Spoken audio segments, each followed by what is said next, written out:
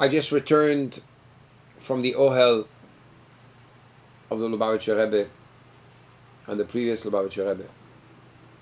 Tomorrow we'll be celebrating 74 years of leadership of the Rebbe, 75 years since the passing of the previous Rebbe, have transformed America and the whole world in such a way which is beyond any imagination. Today I'd like to dedicate this class to this visionary and most importantly to how to develop a power, the mindset of abundance. What is a mindset of abundance? And to start, I'm going to share a story with you.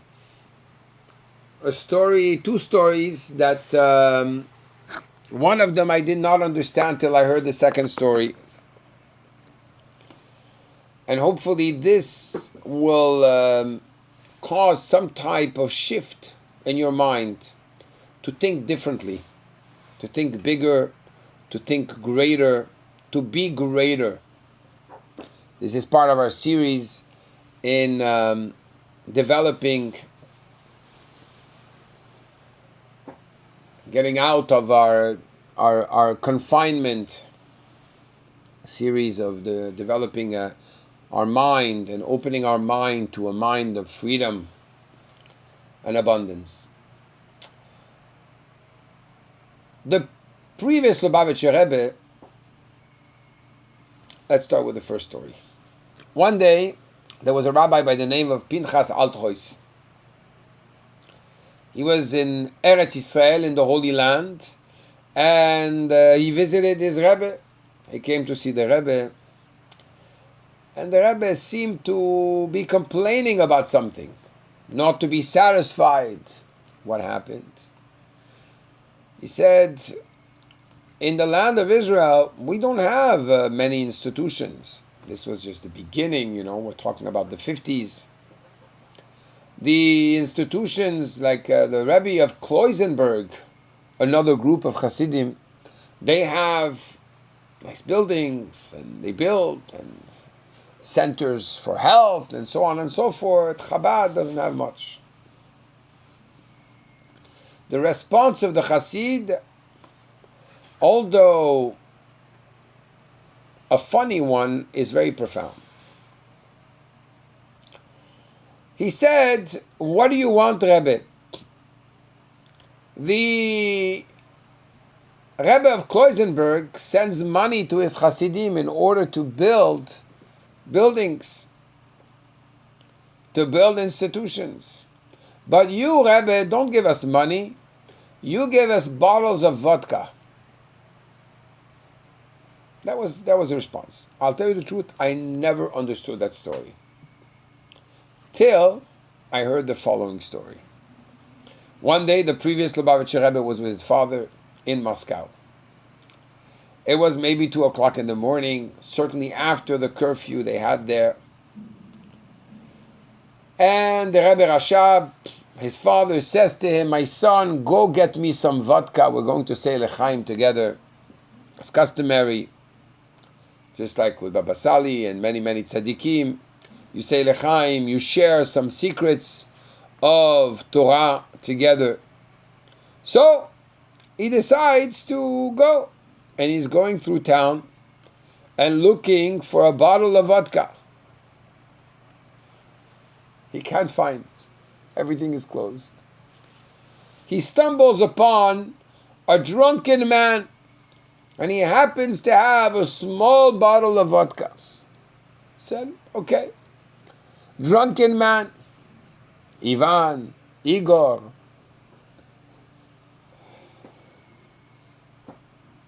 Alex, I'm ready to pay you 10 rubles for your bottle of vodka. You ready to sell? Absolutely not. 100 rubles? Absolutely not. 1,000 rubles? Absolutely not. 10,000 rubles? It's not for sale. The previous Rebbe wanted to know where this drunk man exactly, what's his problem? He told him, you know, with 10,000 rubles, you can have alcohol and vodka for the whole year and more. The drunken man looks at him and says, with 10,000 rubles, how much real estate can I buy in Russia? Half an apartment. With what I have in my bottle, all of Moscow belongs to me. Now I understood the first story. In the first story, when this Chassid came to the Rebbe and said, Rebbe, what do you want? The Rebbe of Kloisenberg gives money to his Chassidim so they build institutions. You give us bottles of vodka. What does that mean? If somebody's going to give you money to be able to build an institution, you're a good general contractor. You're a good builder. But if somebody gives you inspiration, he gives you a bottle of vodka with a bracha, be strong, you can do it. He's transforming your life. He's giving you a mentality of abundance in the face of complete failure. If you think about the model that the Rebbe instituted, this model which is called shlichut, sending young men and women in cities they don't have kosher mikveh or a Jewish school, sending them with a bare minimum of maybe a few $1,000s to start off, in some cases, in most cases, zero. And after the Rebbe's passing, in the last 30 years, there's at least 4,000 of them which went out in various cities. What does that say? How do you start? So I'm going to tell you my personal experience. When I started, there were times that I would go to Publix. My wife would go to Publix, give me a call, and tell me, Shai, the card did not go through. I can't buy groceries. And I would play stupid on the phone like I didn't know. Of course I knew there was no money in the account. And right away, Mr. Kwanka, live long and be well, would come and swipe his card and pay for my groceries. Basically, I remember the moments I couldn't pay my rent. I remember the moments we could not get a minyan. So you start at point zero, but you do not let point zero be your parameter in which you work, to set the parameters in which you operate. You are going to tell point zero what it really is, potentially speaking. A mindset of abundance is one that is completely focused on the potential and does not see anything else and will not be emotionally drained by the fact that things are not moving. I don't know if you know the experience of compounding. One day, there was the king of Austria. In his kingdom, there was the right Rabbi Yonatan Eibschutz. They made a bet together. They made an agreement. Says, if I'm right, then tell me what you want. And if I'm right, okay, so the rabbi said, if I'm right, I would like you to give me, basically there are, I think, how many cases are there in a chessboard? 62? Anybody knows? I haven't played chess in a long time. It doesn't matter. Let's say 62, let's say 38 even, it doesn't matter. He said, it's very simple. I would like you to give me 1 grain of wheat on a chessboard, and each case we're going to double it and double it and double it and double it. He said, that's it. Of course, he signed it off. What happens is, at the beginning, 1 becomes 2, 2 becomes 4, 4 becomes 8, 8 becomes 16, 16 becomes 32, 32 becomes 64, 64 becomes, and so on and so forth. So you would think that at the end of that sequence, even 18 times, right, would end up to be what? Maximum 1,500. It's millions and millions and millions. Why? Because that is potential. Potential is that every step I make, every milestone, each time I break a layer of concealment in front of me, and I believe and I continue to believe, even though this is happening, and even though this is happening, and even though this is happening, at that moment, I'm creating, slowly but surely, I'm expanding the recipient. And the more I expand the recipient, the more the veiling is different, but as I'm unveiling Hashem, even in a difficult situation, in a situation which is tight, there's something that's happening inside of me as well.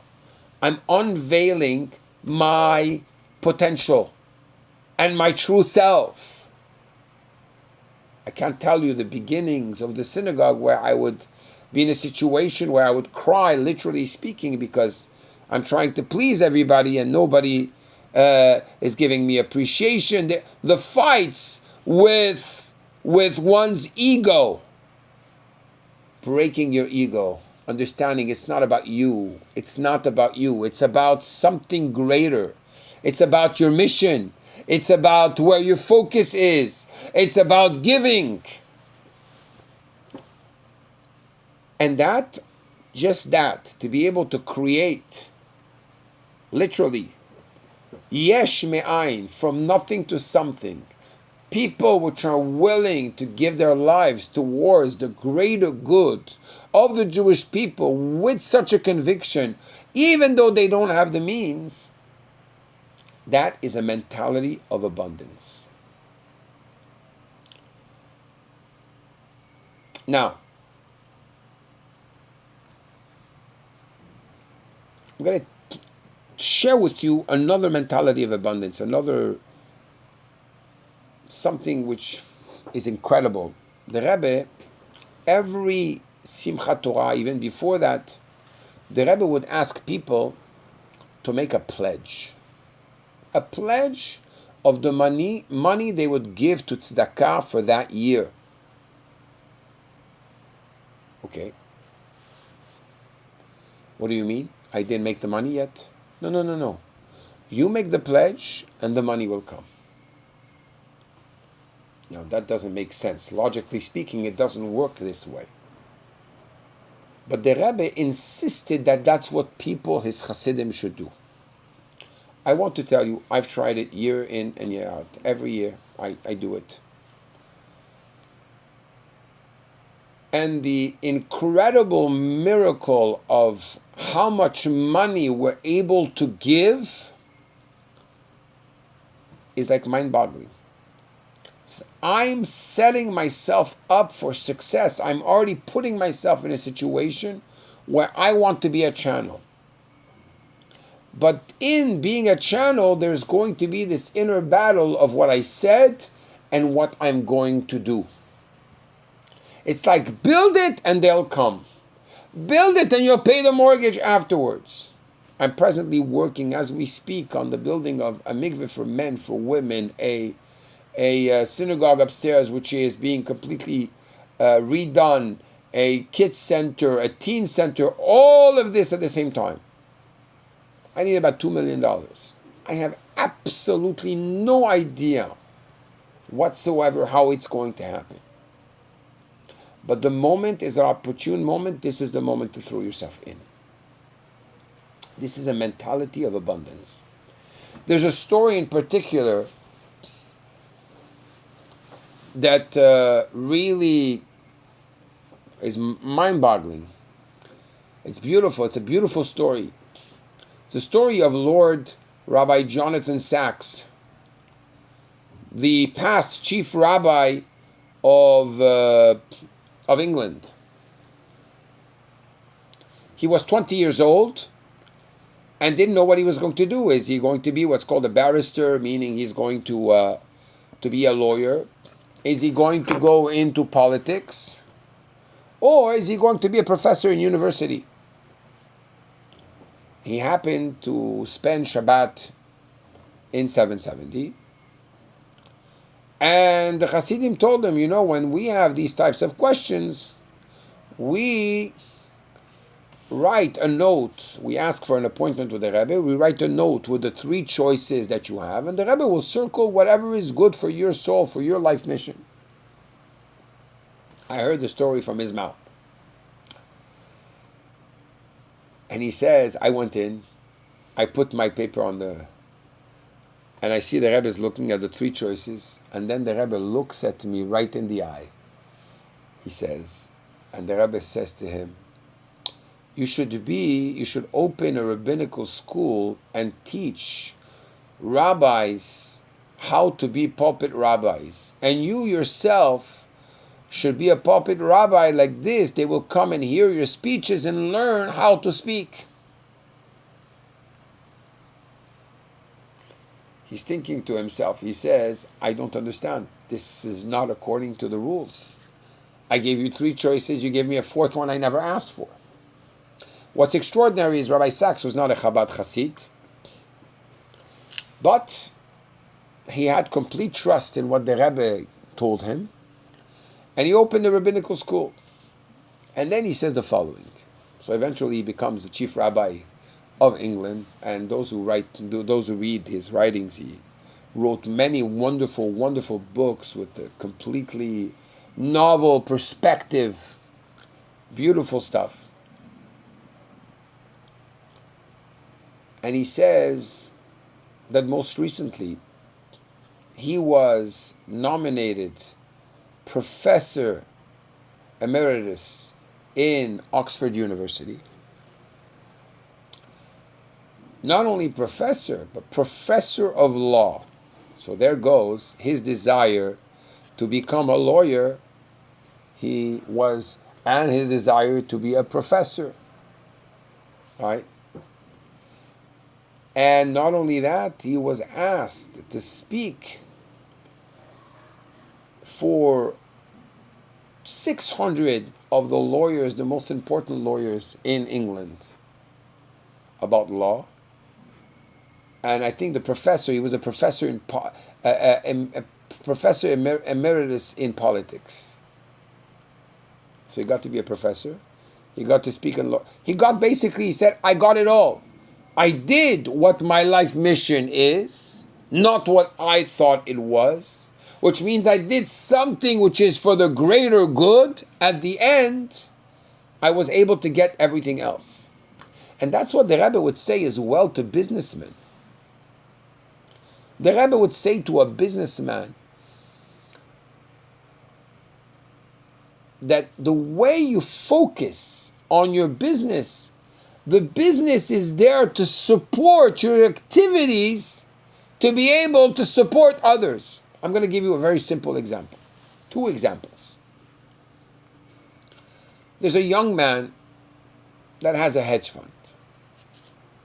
And this young man, in last year, every hedge fund really, unfortunately, didn't get investors.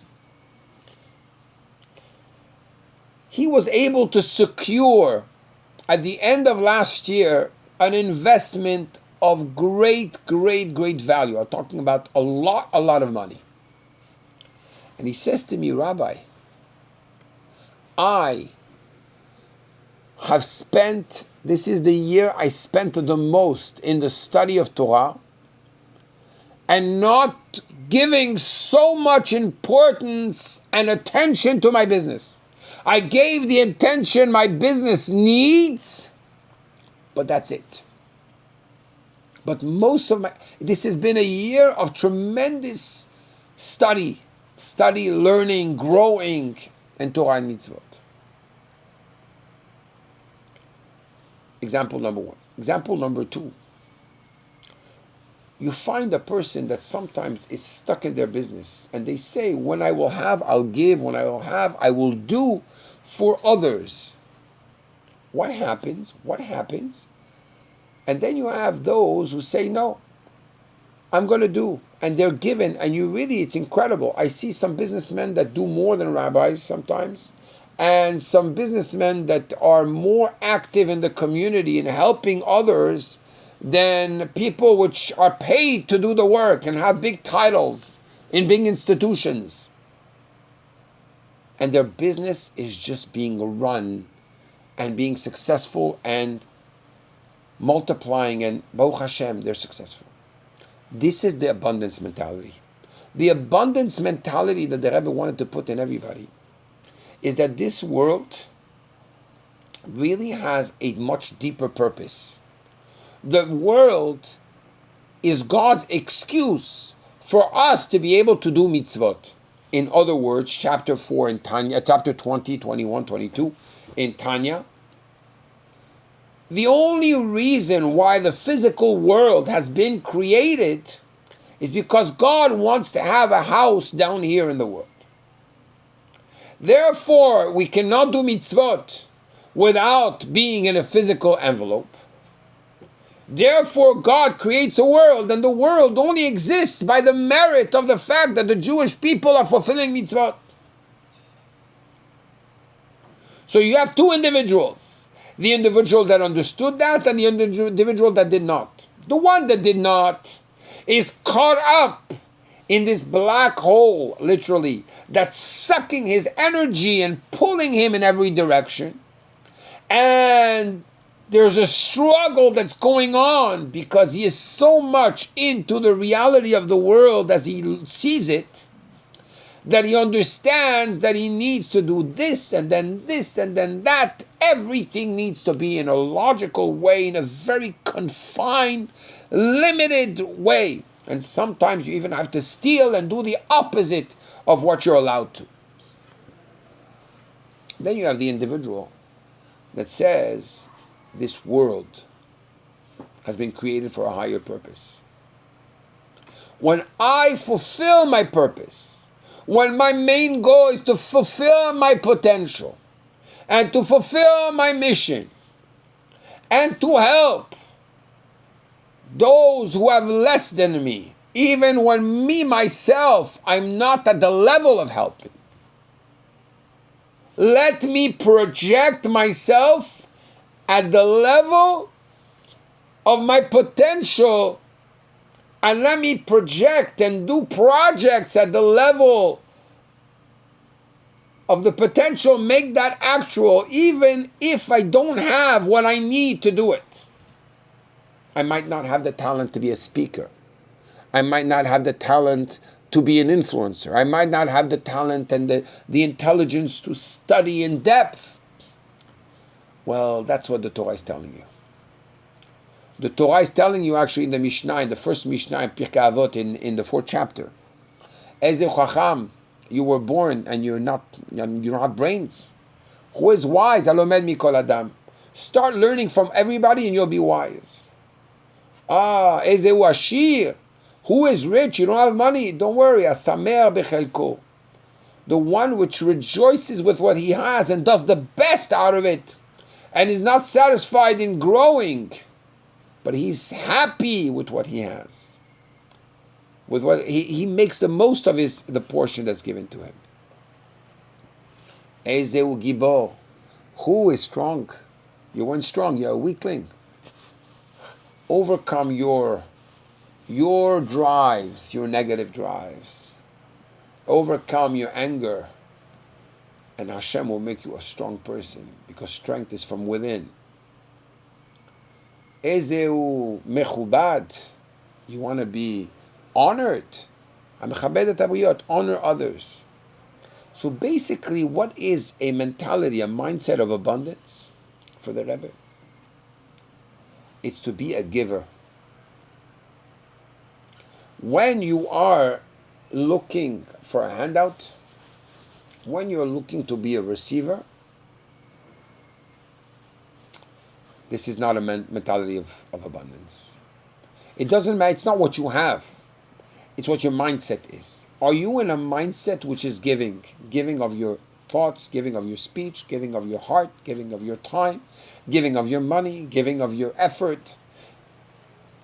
Once you have that mindset of giving, giver, you're a giver, you're somebody. At that moment, you're somebody because you represent something which is higher than your little confined self. That's a mentality of abundance. And that's why in Torah, when you give 10, 20% of your earnings, it's not logical. It's not logical. I just made enough to make my rent and to make this and to make that. You want me to take 10%? Correct. I want you to have a mentality that you're going to do much more than whatever you're making. That's what I want, God says. And every mitzvah in the Torah is that. And the Rebbe is really the epitome of someone that took a whole generation, a post-Holocaust generation, that had a mentality and a self-esteem which was down in the ground. And the first speech, the Rebbe said something incredible. He said, if you think for a second, in his first address, he said, I'm going to make a statement. In America, we make statements, when you come into a position of leadership. I said, I'm going to make a statement. If you think that I will do all the work for you and you're going to just sit and be the followers, you are completely wrong. Everyone is going to have to go out there and work. Now, the Rebbe gained two things by this. A, he's not doing the work by himself, but he's giving a part of merit to us as well. To go to a tzaddik to perform the miracle for you is one thing. For you to perform the miracle on yourself by expanding your vessel and expanding your mind and expanding your heart, that you have a part in the success. And that's the ultimate. The ultimate is that every single one of us should have a part in the success. But these successes start with a change of mind, a change of perspective, going from a receiver to a giver. And once you're that, then you have abundance. Because every opportunity is another opportunity to give. And to even give what you don't have. So tonight, Bezrat Hashem, is Shvat. Before Shabbat, if you could light a yahrzeit candle for the previous Lubavitcher Rebbe, Rabbi Yosef Yitzchak ben Arav Shalom Dov Ber. And take upon yourself, in one area of your life, for the next 30 days, to absolutely, against all odds, to be the giver and not to be the receiver. It's going to be hard. It's going to be a lot of work, inner work to be done. But your reality is going to quantumly change.